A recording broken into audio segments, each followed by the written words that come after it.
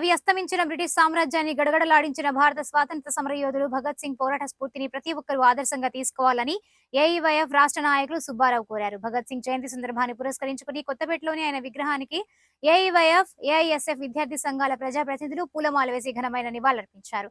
ఈ సందర్భంగా కలిసిన మీడియాతో భగత్ సింగ్ చేసిన పోరాటాలను గుర్తు చేసుకుని ఆయన చూపిన బాటలో పయనిస్తామని స్పష్టం చేశారు. ఈ నివాళి కార్యక్రమంలో ఏఐవైఎఫ్ నాయకులు వలి, ఏఐఎస్ఎఫ్ నాయకులు నాసర్జీ, చైతన్య, బివి రెడ్డి తదితరులు పాల్గొన్నారు.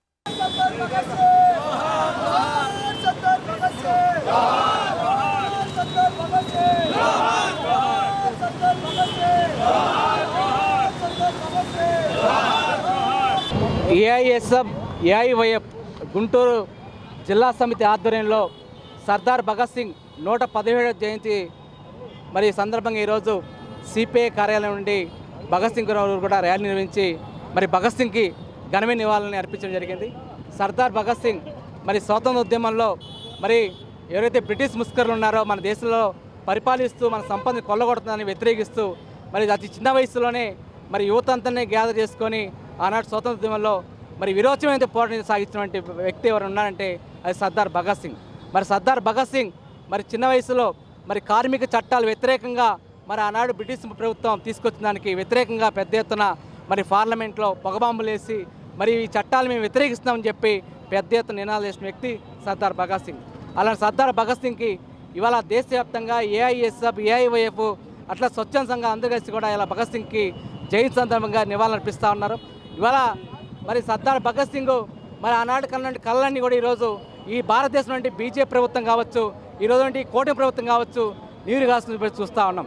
ఇవాళ ఈ దేశంలో ఖాళీగా ఉన్న ప్రభుత్వ ఉద్యోగాలు భర్తీ చేయకుండా, ఈరోజు నిరుద్యోగ యువత ఎదుర్కొన్న సమస్యలు పరిష్కారం చేయకుండా, విద్యార్థులు ఎదుర్కొన్న సమస్యలు పరిష్కారం చేయకుండా ఇవాళ మత రాజకీయాల పేరుతో బీజేపీ ఈ ఉరితాడుని పూలమాలగా ధరించి ప్రాణాన్ని లెక్క చేయకుండా ప్రాణ సైతం వదిలేసినటువంటి సర్దార్ భగత్ సింగ్ గారి జయంతిని దేశవ్యాప్తంగా ఏఐఎస్ఎఫ్, ఏఐవైఎఫ్ ఆధ్వర్యంలో ఘనంగా నిర్వహిస్తూ ఉన్నాం. అందులో భాగంగా గుంటూరు నగరంలో కూడా రోజు ఏఐఎస్ఎఫ్, ఏఐవైఎఫ్ ఆధ్వర్యంలో భగత్ సింగ్ విగ్రహానికి పూలమాల వేశాం. ఈరోజు ఏఐఎస్ఎఫ్ తెలియజేస్తూ ఉన్నాం.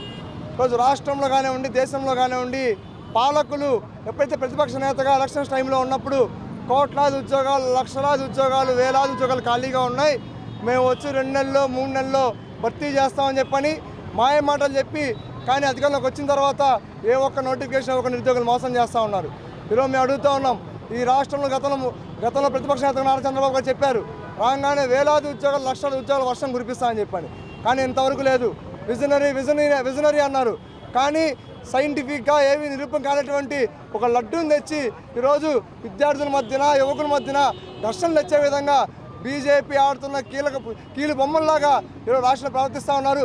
మేము పవన్ కళ్యాణ్ గారు చెప్తా ఉన్నాం, మీరు ఈరోజు డిప్యూటీ చీఫ్ మినిస్టర్గా ఉన్నారు, అదే అలా కాకుండా బీజేపీ టాయిగా పనిచేస్తే మాత్రం ఈ రాష్ట్రంలో ఉన్న విద్యార్థులు, వామపక్ష విద్యార్థి సంఘాలు ఎవరు సహించేది లేదు. మీరు చేసేటువంటి మత రాజకీయాల్ని ఖచ్చితంగా తిప్పికొడతాం.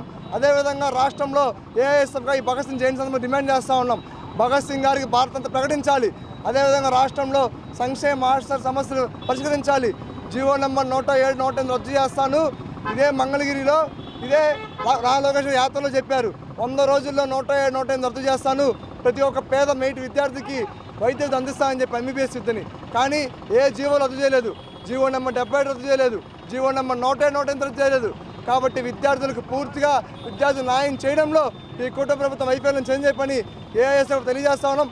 ఖచ్చితంగా భవిష్యత్తులో భగత్ సింగ్ గారిని ఆదర్శంగా తీసుకొని పెద్ద ఎత్తున పోరాటం నిర్వహిస్తామని చెప్పని తెలియజేస్తా ఉన్నాం.